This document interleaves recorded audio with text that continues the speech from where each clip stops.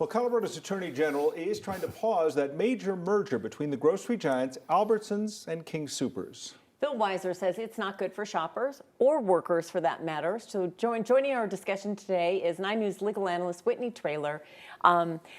We covered this a little bit yesterday. So what does the AG want to do? Just stop this whole thing? Yes, actually, that is what he wants to do. He filed the lawsuit in Denver District Court to stop the merger and to actually prevent it from ever happening, really. So that's what he's seeking. And in addition, there's $1 million of civil penalties for both companies that he's seeking as well. But the primary issue is stopping the merger. So the merger is one thing, but those civil penalties are somewhat more new. They're talking about these companies going into agreement, it seems like, to manage each other from poaching other employees from one another. Yeah, that was part of the lawsuit, is there's a no poaching aspect to it. And so what happened was during the 2022 strike with King Soopers, Albertsons, which owns the Safeway, they entered into a no poaching agreement saying that, hey, we won't hire any of your striking employees. And so this is different from, say, a non-solicitation or non-compete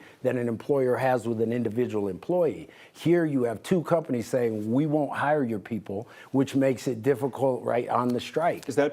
That sounds like that may cross the line. If that is on its face what they say it is, that would be illegal. That's exactly right. Under the state antitrust law that Phil Weiser, our Attorney General, is pursuing this, no poaching is illegal. And so if, as they've alleged, these things actually happened, I don't have proof this is what's in the complaint, then yes, that would be per se illegal.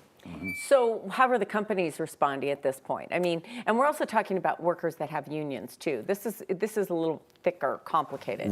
That's a great point, because what the companies are saying is, hey, you're strengthening now non-unionized places like Amazon and Costco and things like that. And so they're saying, this is actually good for us. And they're also saying it was premature because they're still in the regulatory process. So they said, things haven't even gone far enough for this lawsuit to be initiated. And Kroger had offered to sell off some of its stores to another third party. So these companies that want to merge say, we're just doing business.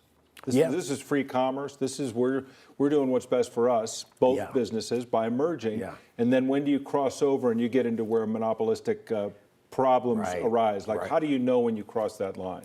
Well, that's a good question that may have to be posed to Phil Weiser. But really, I mean, the issue is, are you stifling competition? And in this case, there is a strong argument that if you have these two major grocery chains consolidating, that you will actually stifle competition. And so they pointed out, for example, in Gunnison, if this merger goes through in Gunnison, within a 65-mile range, there would be no non-Kroger options. So, and the idea behind antitrust, and it is a difficult thing because people say, hey, business laissez-faire, capitalism, let business do business.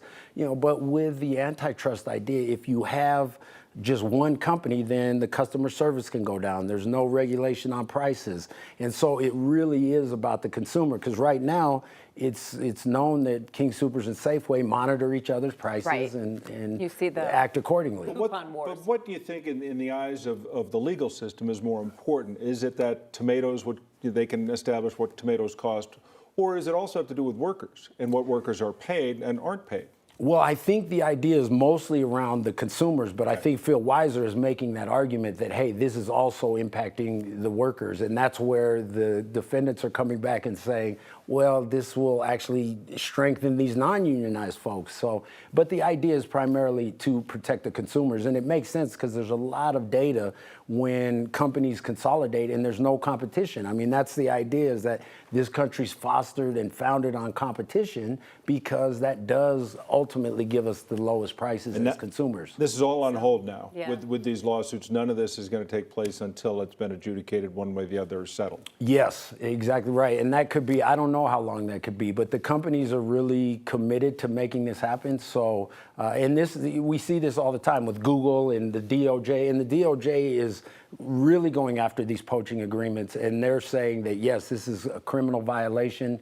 And so here we're talking about civil penalties, but nonetheless, a government agent is going after them. So many of these things don't affect everyone. Supermarkets They affect everyone. That affects everyone. Yeah. So we'll be talking much more about this. Whitney, it's great to see you. Thanks as always. Good to see you.